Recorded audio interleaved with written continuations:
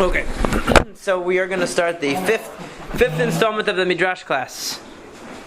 Okay, so we've gone through 4 weeks of looking at different midrashim and trying to learn how to understand the cryptic messages of some of the midrashim, how to decode them, how to extract from the midrashim what the deeper meaning is, when the literal meaning seems to be difficult to accept or difficult to process or hard to reconcile with the simple meaning of the text or with the rational chronology of what's going on. Like we've seen in most of the cases, a lot of the problems that we've seen with Midrash, understanding Midrash on the surface level, is chronological problems. That a lot of times the Midrash will take an event or a personality that doesn't seem to belong in an era and all of a sudden catapult them into a context that that doesn't seem relevant to them or something like that. So that is much of the challenge of Midrash, is understanding, okay, so what are really the Chachamim trying to accomplish, or what are they trying to convey by connecting two personalities or two themes or two events that don't appear on the surface to have much to do with one another. And so this week's topic, what I wanted to do was really finish up what we didn't do last week. Now, what I mean by what we didn't do last week is there were two examples I put on the sheets, and we got so involved in elaborating upon the first example that we didn't really ever touch upon the second example. In fact, we didn't even discuss it at all. So what I'd like to do for tonight, since it is actually a topic that might even require the whole session to do itself, so I figured it's best left for this session. So now it's back to the story of Noach. Now, as I mentioned last time, the reason why we keep returning to stories in Sefer Bereshit is simply because the midrashic literature on Sefer Bereshit is so much more. There's so much more midrash on the stories of the Torah than on the sections of the Torah that deal with mitzvot. So it just lends itself to this kind of discussion and analysis, as we've seen. So one of the things that we know about Noach is that when Noach is asked to bring into the teva animals to travel with him, so how many animals is he commanded to bring? How many of each type of animal? What's the so we're already figuring out it's a trick question, right?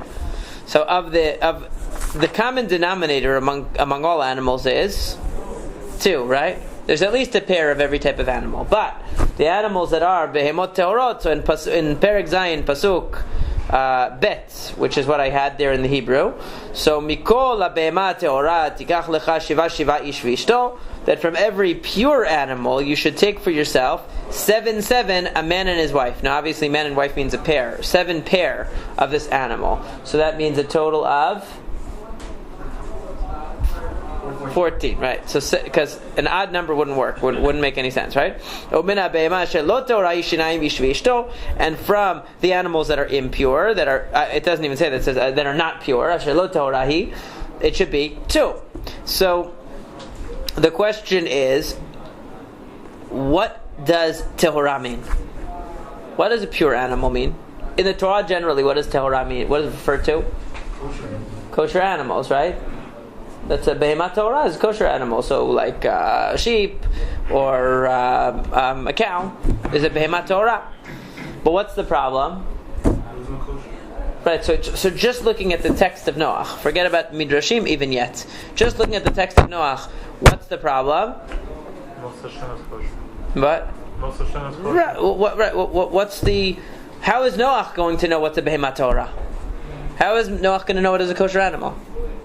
Right, he doesn't know. Judaism has not, the Torah, the 613 mitzvot have not been given yet, right? So how exactly is Noach going to know what the behemot teorot are, what the pure animals are? He didn't learn Sefer Vayikra.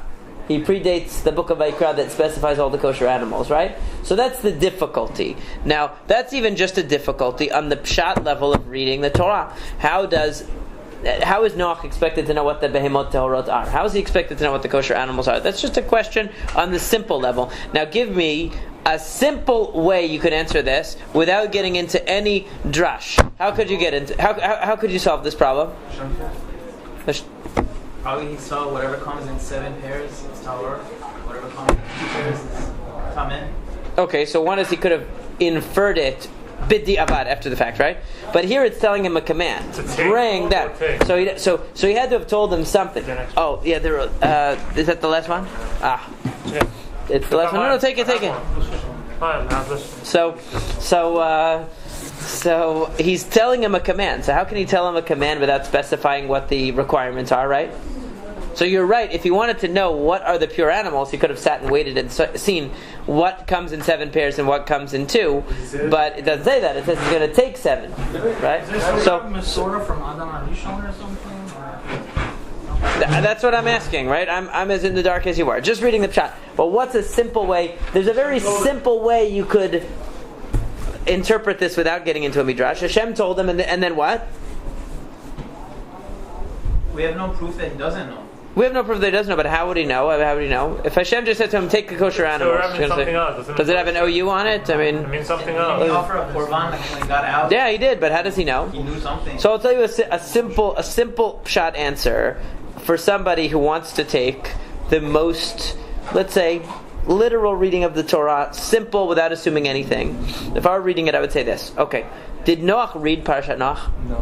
No. So what could Hashem have done? Hashem actually could have told them, listen, of the sheep, the cattle, this type of animal, this type of animal, this type of animal, this type of bird, this type of bird, this type of bird, this type of bird, take 7 each. 7 pair each, and of all the rest of them, take 2. Well, this is a quote. In other words, right. So, It's a quote from God. It's not a.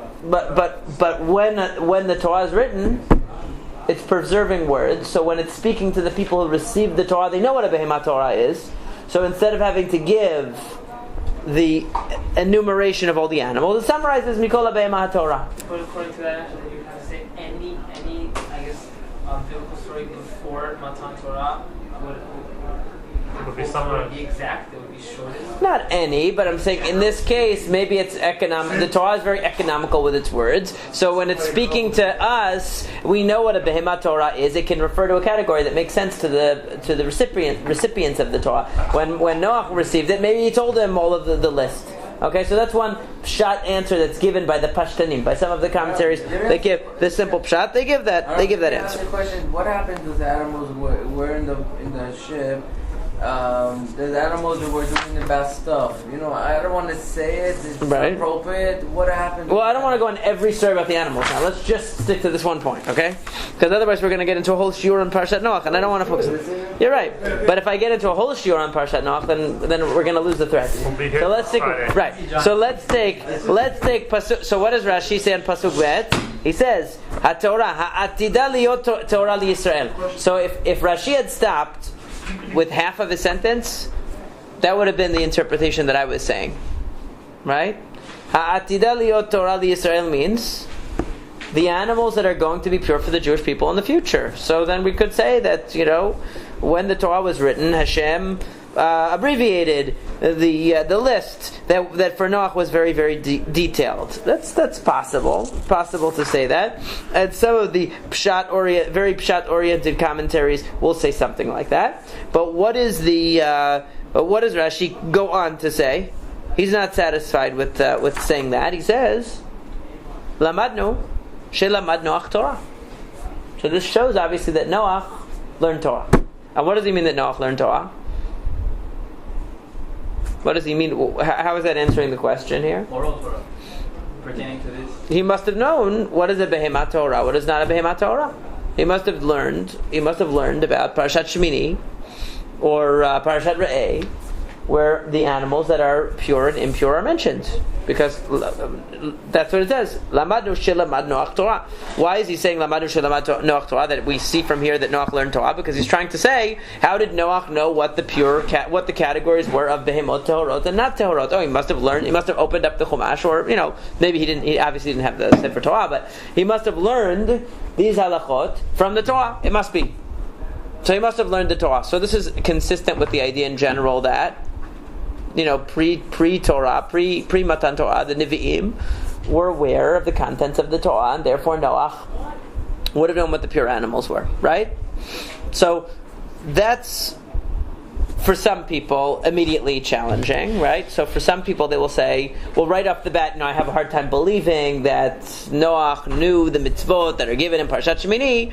Hundreds of years later, Moshe Rabbeinu receives these mitzvot about kashrut, about behemot teorot, and now, but really Noach knew about it all along. So on a simple level, many people will just object to that and be uncomfortable with that on the surface right away. But let's say we're even willing to entertain that. Still, we have to know one further thing. We can still ask a further question on the Midrash. In other words, even if we want to accept the premise that Nevi'im, prior to the giving of the Torah, such as Noach, such as Avraham Avinu, such as Yaakov Avinu, and so on, were aware of the contents of the Torah. They knew what the mitzvot were, and therefore they knew that pig is not kosher, and they knew that sheep is. Still, we could ask the question, okay, why, if Noach learned Torah, was it so important for him to learn that part of the Torah?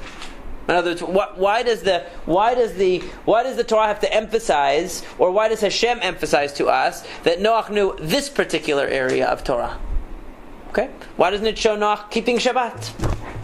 Why doesn't it show Noach following one of the other commandments? Why is it specifically in the area of knowing what behemot teorot are and what behemot tameot are? So, in other words, even if we take the Midrash at face value, we still have a question, which is, why is that what it's significant for Noach to be aware of?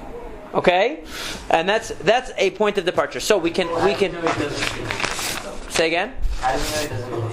We don't. We don't know that, right? We don't know that. But what we see is that where the Torah reveals to us, let's say, a special knowledge of Noach, which would be the same kind of knowledge that we have from the laws of kashrut, and I'm saying that in a very purposely vague way, okay? In other words, that he had the same knowledge that we have of the classification of these animals, okay?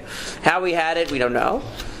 It's specifically mentioning that in this connection. It's not mentioning, in other words, it could have revealed to us in any number of ways that Noach was aware of mitzvot prior to the giving of the Torah. It didn't have to mention it specifically in this connection. It doesn't seem like it's mentioning this in order to show us that he kept the Torah. It seems like a side point. Right, it seems that way. This story is relevant because Noach is the one who saved the world and saved the animals. That's important because of the Noah story, not because of the fact that he kept the Torah. Right, that's what one would think. Right, that's true. So then, on the surface, right? On the surface, going back to the first difficulty, we could just say, well, the Torah doesn't want to enumerate every single species of animal. That's Torah and Tame'ah. We know what the behemot Torot are and what Tame'ot are from our perspective, as the readers of the Torah. So the Torah just tells us what Hashem told them was behemat Torah and behemat Tame'ah.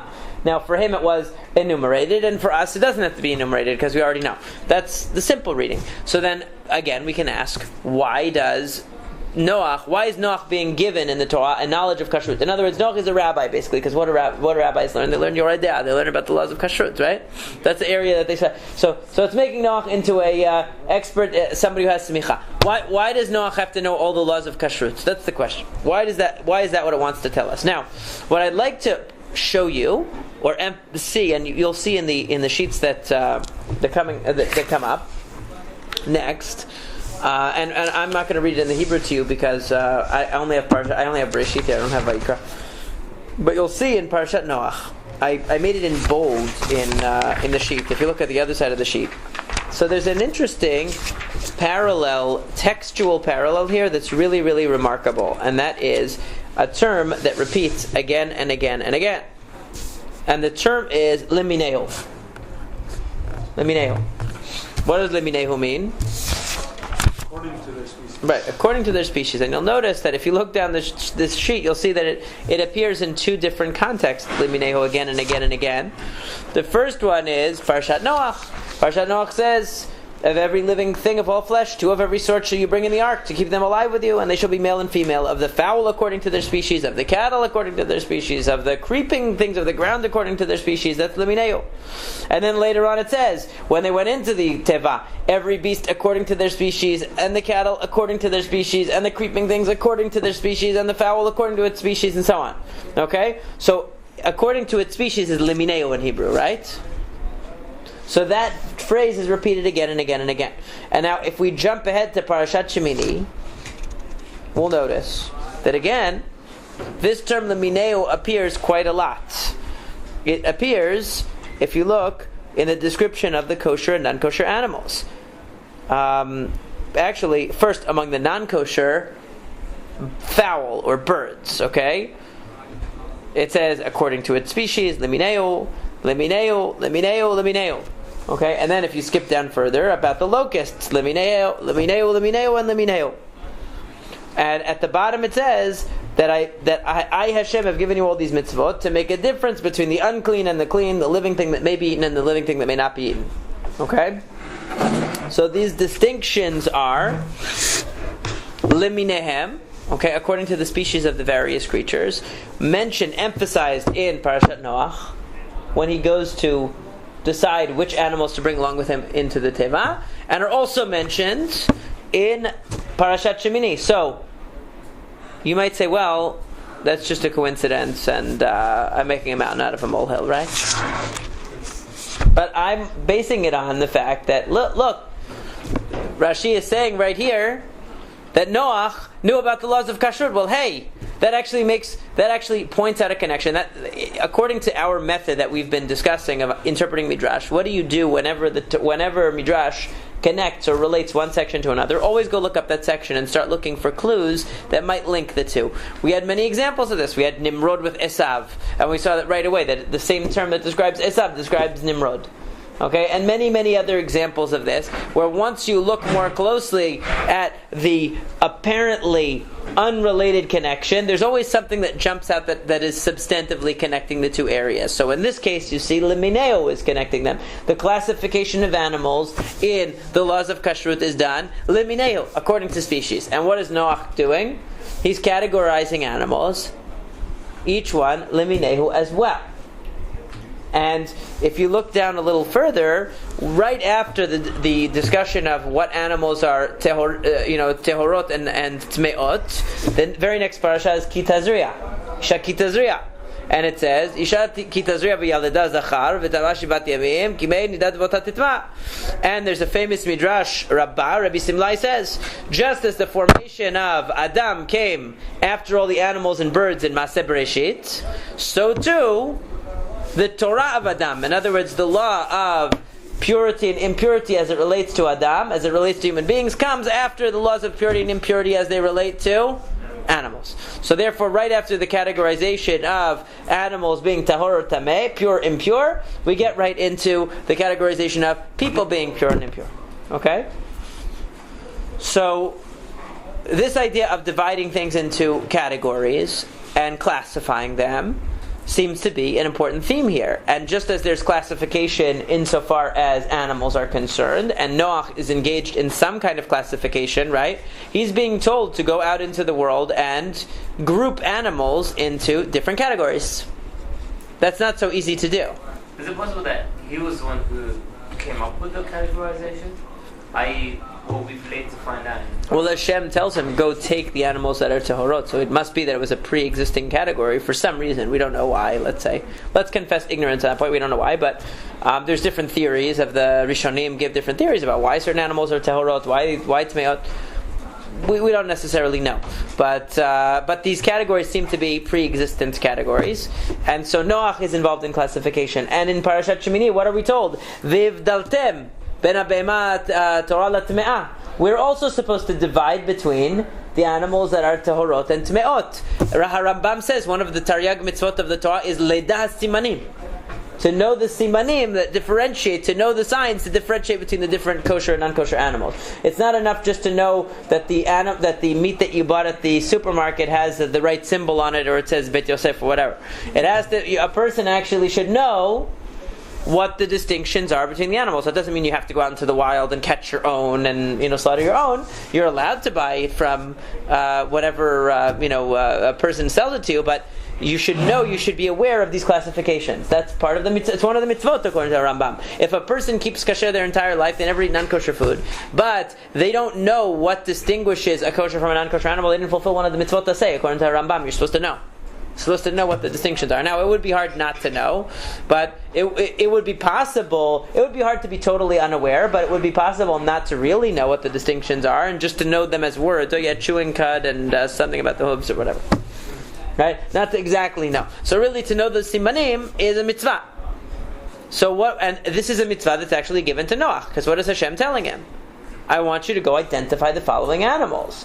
And ostensibly, he told him to identify them according to the same simanim that we would use to identify them.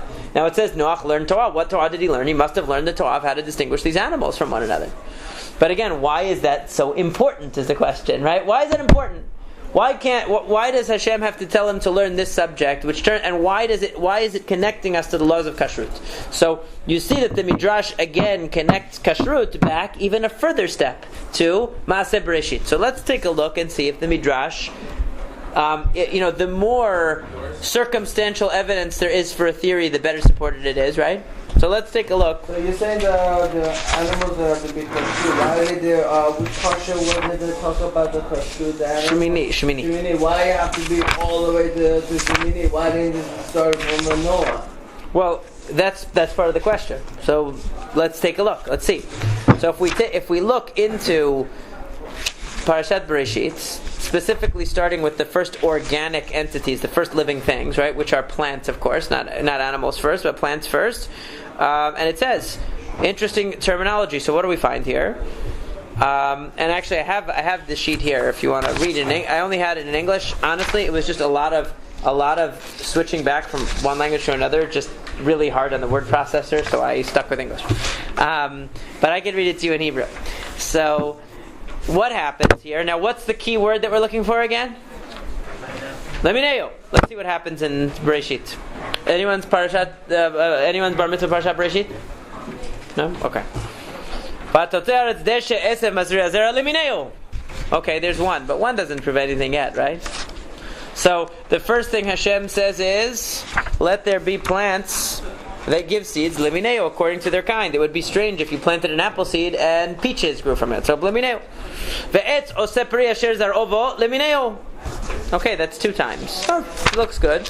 Now we have to jump past day 4 because that's the heavenly bodies. Doesn't have anything to do with organic beings. Let's switch ahead, and we get to the creatures. And what does it say about the creatures?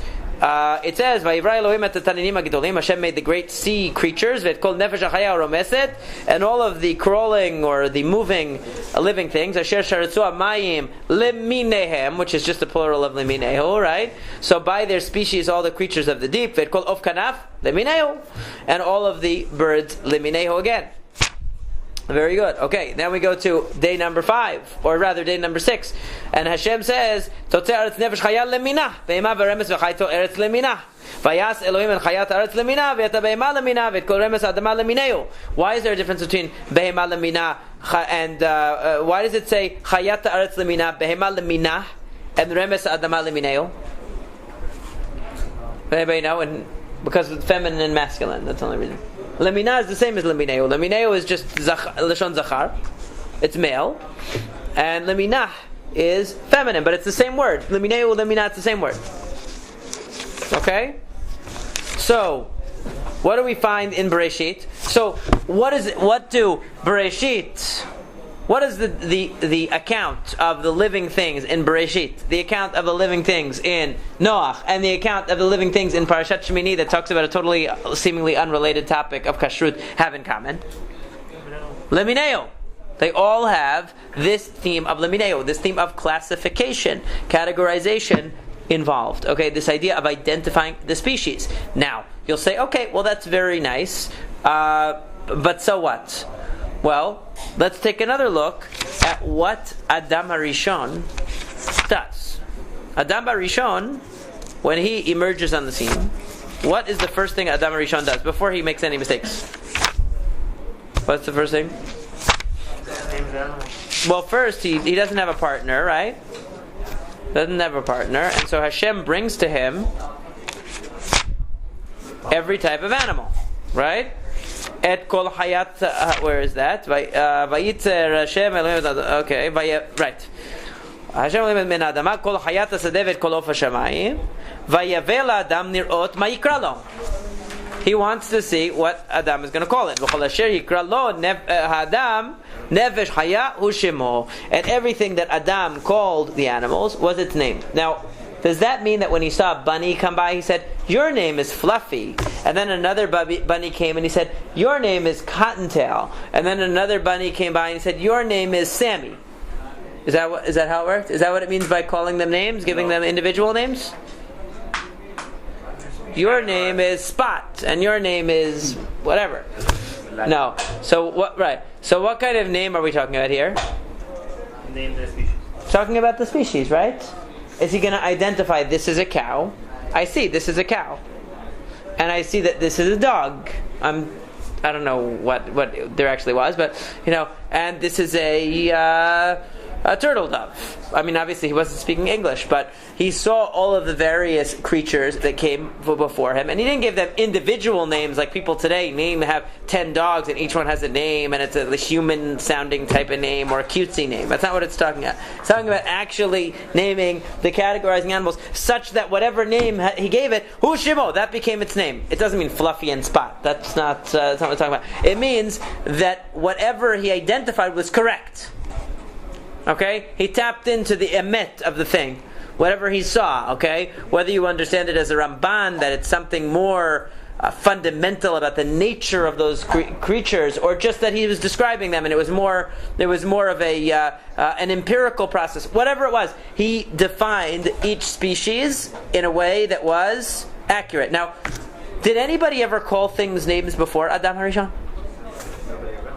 There was nobody around, but did anybody? I seem to remember one very important character in the Torah calling a lot of things. Vayikra Elohim la'or yom, and Hashem called the light day. V'lachoshech kara layla, and he called the night. He called the darkness night. And then Hashem called the waters rakia, and then he called. So Hashem was also involved in calling things by names. Okay, the heavenly bodies, everything in the macrocosm. The Kochavim, Shemesh, Yareach, all of the sun, the moon, okay? All of the things that are in the macrocosm, the Shemayim, and all that, Hashem, and the dry land, he calls Eretz, or the Mikveh Amayim Kara Yamim. He called the land earth, and he called the water oceans, okay? It doesn't say, by the way, there's a difference between Yamim and Yamim. But that's a diktuk, right? And diktuk, because yamim without a dagesh is days, and yamim with a dagesh, a patach under the yud is oceans. Okay, it's a big difference. But anyway, so this process, he leaves to Adam a certain part of the process, right? He named a lot. Hashem named a lot of things, but then he left something to Adam. So he's actually inviting Adam to do something very special. What is he inviting Adam to do? To be a partner with HaKadosh Baruch Hu in naming everything, in categorizing everything. He's participating in... Now obviously, who really established what the species are? Not Adam, really, right? It existed already. But Adam, by naming those species and classifying them, because this is the human environment, right? So these things they're going to have names and be identified in the human environment by certain terms, like we have, the terms that are used in the classification of animals as well. Right, so the phyla. So you say that Noah learned from Hashem that Hashem named the stars the Kochav and the waters is Yamim, right? And then so Noah Adam. We're talking about Adam first. Okay, right. Adam. So therefore, that Noah, he's a lonely guy. He has no friend, and he makes up a name for the. No, but that's not what it's saying. No? So Adam, first of all, is participating. So Hashem is basically saying, I want you to be almost like Lavdil, but like a divine being. You're going to participate in, you're going to show that you are B'Tselem Elohim, that you're created in the image of God, because you are able to name, to identify, to see the true nature of something, and to identify it, and to classify it, and to categorize it in a way that only a human being can do. You don't see any dog scientists sitting around classifying, plants and animals. It's uniquely human. It's the divine spark that we have within us. It's the image of God within us that we're able to do that. So Hashem is inviting Adam to participate in this process of naming the environment, identifying and categorizing, classifying things. That's a really big deal. That's something in the first chapter of Bereshit, only Hashem names things. But he leaves a whole domain for Adam to come in and participate in. And then what does Adam notice is a problem? Wait a second. I see all these animals. and I noticed something about all these animals, which is there's male and female. All of the animals have male and female. So where's my partner? How am I supposed to reproduce? Where's my partner? And then Hashem says, I'm going to make you a partner. So it's unbelievable. So really, Adam first had to understand his place in the animal kingdom, so to speak. He had to be naming the animals, had to be understanding his environment. He understood himself. He realized he was also a part of the animal kingdom on a certain level. And then he said, okay, if I'm part of this environment and I'm also a creature, I'm not really God, I'm naming things, but I'm not Hashem. I'm part of the animal kingdom. So where's my partner? And then Hashem said, okay, he made him go to sleep, and he did the surgery, and he brought him Chava. So we could say that was Adam's first mistake? Well, there is the joke but there are ladies here. I can't tell these jokes. But there's a joke about Adam wants a partner. He says, he describes the perfect spouse. Everything perfect. And Hashem said that's going to cost you an arm and a leg. He said, what can I get for a rib? And that's the story. Anyway. So but that's not funny if you're not married. Anyway. That's Adam. So Adam leminehu is referring to Adam's ability. In other words, Hashem made everything leminehu. That is what allows Adam to identify the commonality of all these different animals and to say that they are one species, right? Hashem planted the leminehu, but Adam is the one that discovers it and identifies it and then realizes, hey, I'm also part of a species, so what am I supposed to do? And that awareness is what prepares him to be able to start to move forward and to continue the species. Now, let's go to Noach for a second. So what happened during the time of the Dor HaMabul?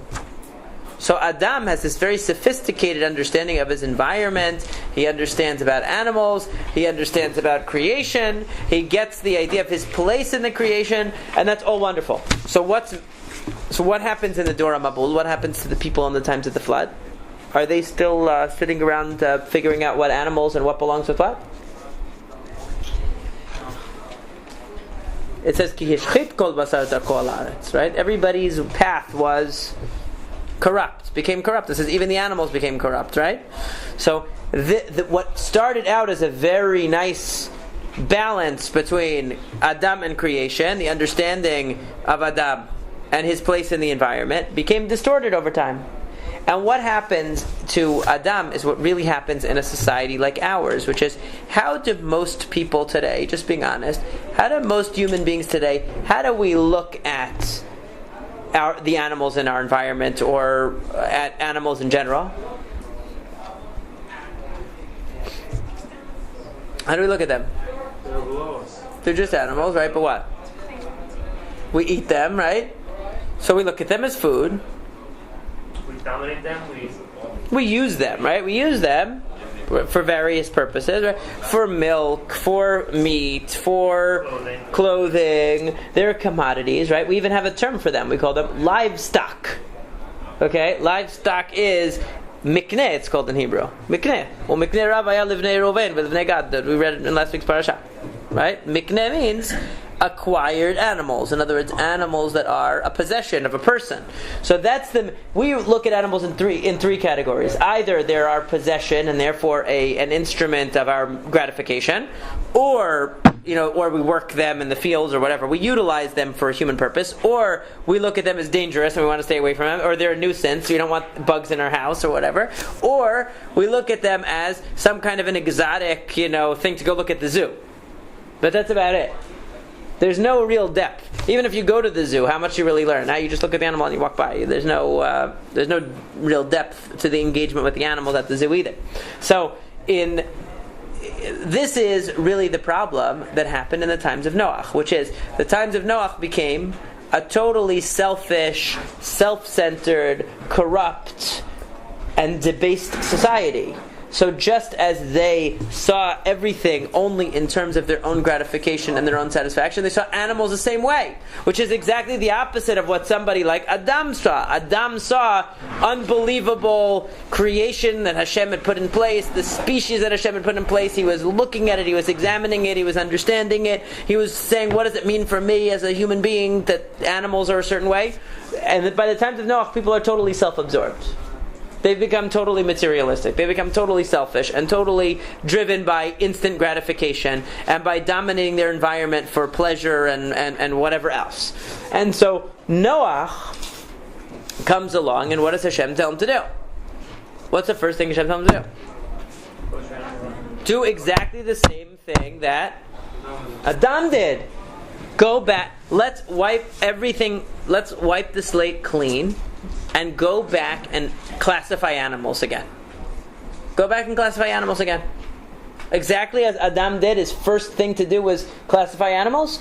I want you to classify animals, bring them into the teva, and when you come out of the teva, what comes out of the teva first? The animals come out first, and then Noach comes out, right? It's a reenactment of Maaseh Bereshit. Because in Maaseh Bereshit, the water covers the earth, the water recedes, the animals come out, and then people come out, right? That's exactly what happens in Parashat Noach.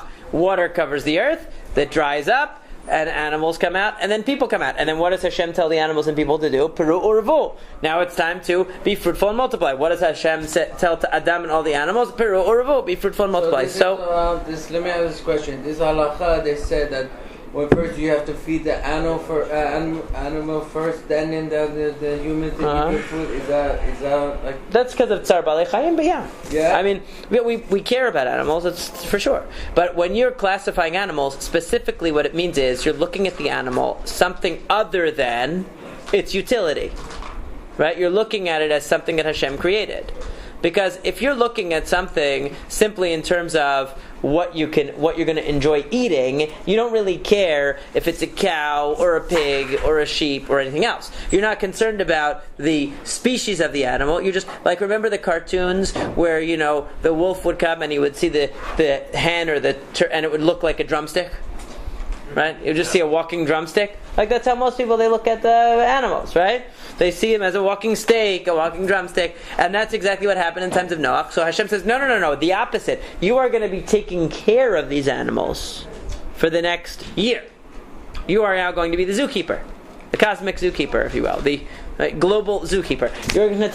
You're first going to classify these animals and figure out which ones are what they are and what their identities are, just like Adam did. And you're going to be the caretaker of these animals. And that's going to remind you that these animals are not just here to serve you. You're actually going to be, so to speak, serving them for the next year, for the meantime, right? Until it's time to come out of the teva again. And that's what it says. The Midrashim describe Noach taking care of the animals. He gets bitten, all of these things happen to him because he was Moser Nefesh. He really gave of himself for the animals. And because of that, when he comes out, he gets a special permission to eat animals. And the Chazal say the reason why he was given permission to eat animals is because he was Moser Nefesh Alehem, because he gave of himself so much to the animals. So for a person who is selfish and self-centered to eat meat, so it's just reinforcing their sense that the whole world is only created for my gratification. But somebody who first goes and takes care of the animals and realizes Hashem created them and they have value and Hashem cares about them, he's concerned with all of his creations, and I'm concerned with them too. And we have, like you said, the mitzvah of Atzar Balei Chayim. We're concerned with the other creations besides ourselves. So that attitude, now when you eat animals, you eat them still with an awareness and a recognition that there's something to the animal besides my enjoyment of the animal. Okay? And that's why, so when we look at the laws of kashrut, the exact same theme repeats again and again in the laws of kashrut. Because what's the laws of kashrut telling you? Le mineu. And how do you identify? What's the classic question that Gentiles ask about kashrut? Why can't the rabbi just bless the food? Right? Why does it have to be? Why can't I take bacon and the rabbi says, whatever, bless the food, and now it becomes kosher? Why doesn't it work like that? Well, the real reason is because it works by species. We know that. It works by species, first of all, and then there's a way that you have to do shechita, which is another piece, but the most basic thing is certain species are tehorot and certain ones are tmeot. How do you know which ones are which? You have to actually identify them. You have to actually categorize them. So what you're doing is the same thing Noach did, and the same thing that before him Adam did, which is you're identifying this creature not just as a walking steak or a walking pork chop, as the case may be, or a walking a piece of chicken breast or whatever. You're looking at the animal as it exists in nature, as it is part of a species that reproduces, that has its own right to be on Earth, that we're supposed to preserve the species and be concerned with them and take care of them. Okay, so that is really the lesson of kashrut, and that's why when we think of kashrut, we don't usually think of this, but much of the idea of kashrut is remembering that this animal was created by Hashem, and even though I'm allowed to take an individual cow and I'm allowed to use it for food, I'm allowed to make it into a steak or a hamburger, I should remember that there's a species of cow that Hashem created that leminehu, that has that is a species that Hashem wants to be perpetuated.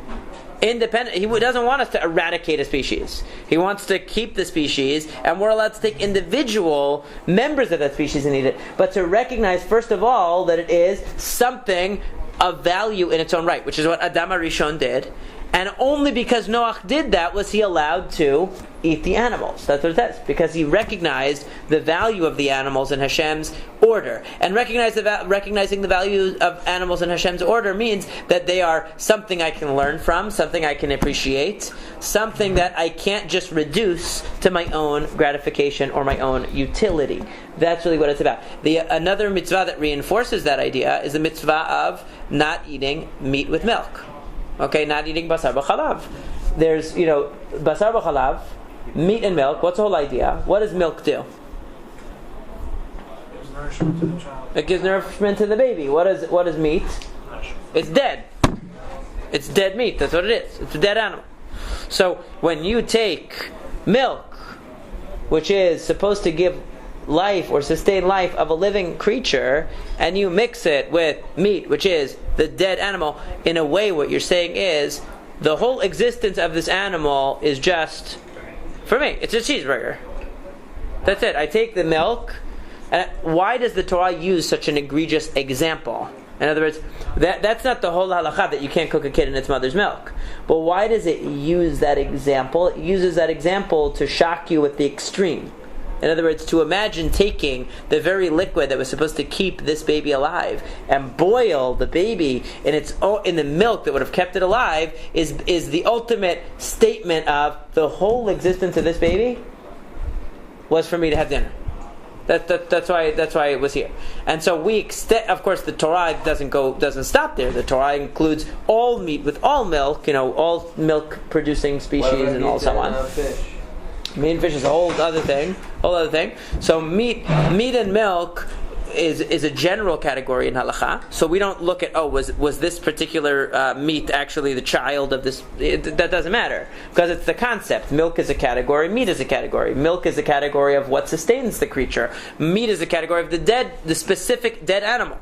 Okay? So by separating them, we're showing a level of kavod to the animal. We're saying, yes, we took the life of this animal, we're going to eat it, but we recognize that that milk represents the idea of the continuity of the species, that this species is going to live on, and that there's a future to the species, that Hashem created it not just for us, but that we should look at it and we should appreciate it in its own right. We shouldn't think that Hashem created such a spectacularly complex creature just so we could have a hamburger. That's ridiculous. Why would he do that? What else is it for?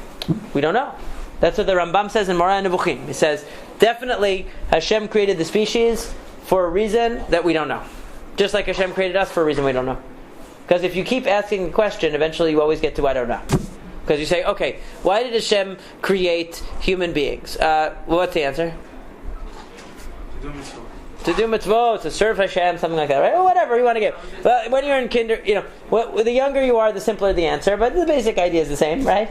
When you're a little kid, it's to do mitzvot. Then it becomes to serve Hashem in some general way, to know God, whatever term you use to represent that. But at the end of the day, then the question becomes, why does Hashem need creatures to know Him? He doesn't need you. What do you give Him for doing that? Nothing. So then why do you do it? We don't know.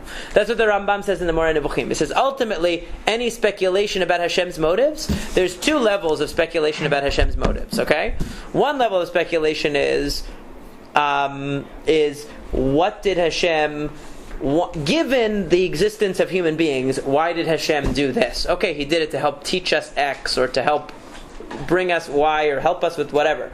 But the further question of why did Hashem create us to begin with, we'll never have an answer for. We don't know that. We don't know why Hashem created. So the Rambam says, just like Hashem didn't create, we don't know the real ultimate reason Hashem created mankind. We don't know the ultimate reason why Hashem created dinosaurs, or whatever happened to them. And we don't know why Hashem ultimately created any species, because all of them are unnecessary. He doesn't need any of them. So it's the same question for all of them. There's another mitzvah that relates to this also, by the way, which is the mitzvah of otov yed beno lo tishchatu b'yom echad. Right? So why can't you slaughter an animal and its offspring on the same day? Some say it's also the father, not just mother. It's machloket, but right. The same mitzvah shluach haken is another mitzvah that speaks to the same idea. What's the idea of sending away the mother bird to take the eggs, right? Or taking the mother bird and leaving the eggs? What's the idea? It's the same concept, that respecting the species of the animal. You say, okay, I'm going to take the individual, but I recognize that there's something to be perpetuated here. I'm not just going to wipe out the animal and its eggs at the same time. I'm not just going to taking the parent and the child on the same day is like wiping out a generation, right? We don't want to do that because it sensitizes you to it. In other words, it's not that you individually, by slaughtering otov yed beno, or by taking the mother with the bird with the babies, is going to obliterate the species. Of course not. But by giving you that restriction, right? By limiting you in that way, it reminds you of that concept. It reminds you of that idea, that there is an independent significance. Hashem wants to see all these species continue and be perpetuated. So these three areas, okay, Parashat Bereshit, Parashat Noach, and Parashat Shemini, they all interconnect. That the laws of kashrut, in many ways, are very much related to Parashat Noach. They're very much what Noach was about. Preserving those species, preserving the future of all of those animal species, not just for human utility, but in their own right, because Hashem didn't want His creation to be destroyed. He wanted each one of those species to be continued on, even the ones that are of limited utility to human beings, that we're never going to use. Okay? Those also had to be continued on. And that goes back even a further step to Adam in the garden. That Adam's first task was to understand and appreciate his environment, not to tinker with it.